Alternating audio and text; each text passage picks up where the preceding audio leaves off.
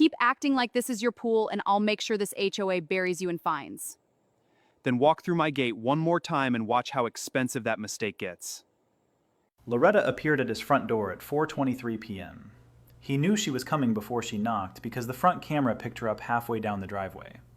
She had changed clothes, but the green tint was still clearly visible on her forearms, her collarbone, and the left side of her neck. She knocked twice, sharp and hard.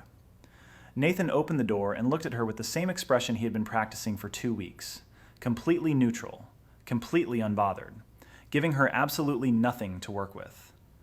Loretta pointed at her arm and told him she knew what he had done to the pool and that she was going to sue him for every dollar of medical expenses, emotional distress, and property interference she could attach to his name.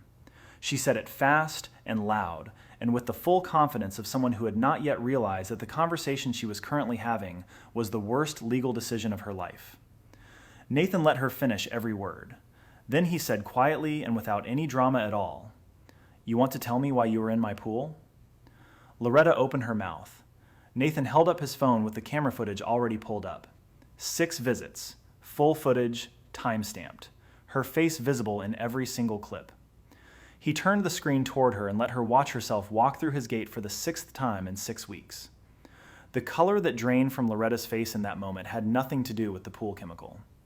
She stood in his doorway with green arms and an expression that had shifted very quickly from outrage into something much quieter and much more frightened.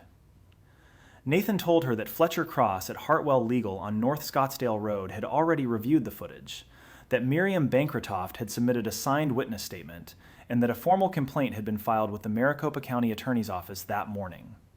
He told her the cease and desist would arrive at her door by end of business Monday. Then he said, calm and final, "You should probably call a lawyer," and closed the door. Loretta stood on his porch alone for a moment. Both cameras caught it. Then she walked back down the driveway with green arms, a closed case behind her, and a very long weekend ahead.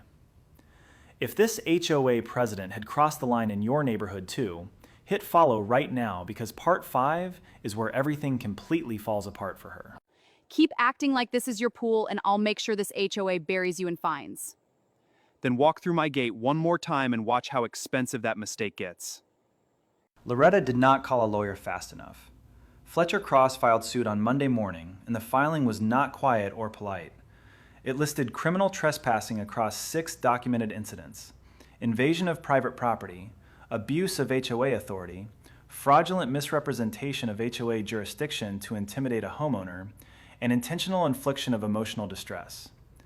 Every claim came attached to time-stamped camera footage, a signed witness statement, a chemical receipt, and a property deed that made it categorically clear that Loretta Daniels had no more legal right to that pool than a stranger walking in off Ridgemont Boulevard.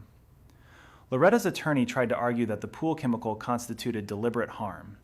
Fletcher dismantled that in one paragraph. The chemical was legal, the pool was private, and his client had no obligation to consider the comfort of someone trespassing on his property. The judge agreed without much deliberation. The ruling came down hard. Loretta was ordered to pay Nathan's full legal fees, damages for 6 weeks of documented unauthorized entry, and compensation for emotional distress and property interference. The total came out of her personal account, not the HOA fund, hers. The HOA board, who had ignored Nathan's original complaints entirely, was placed under a formal review by the Arizona Department of Real Estate for failure to address documented abuse of authority by a sitting president.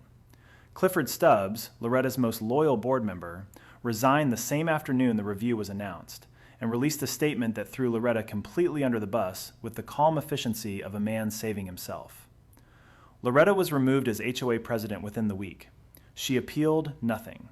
She said nothing publicly. She simply disappeared from every community meeting, every neighborhood group chat, and every HOA function she had previously treated as her personal stage.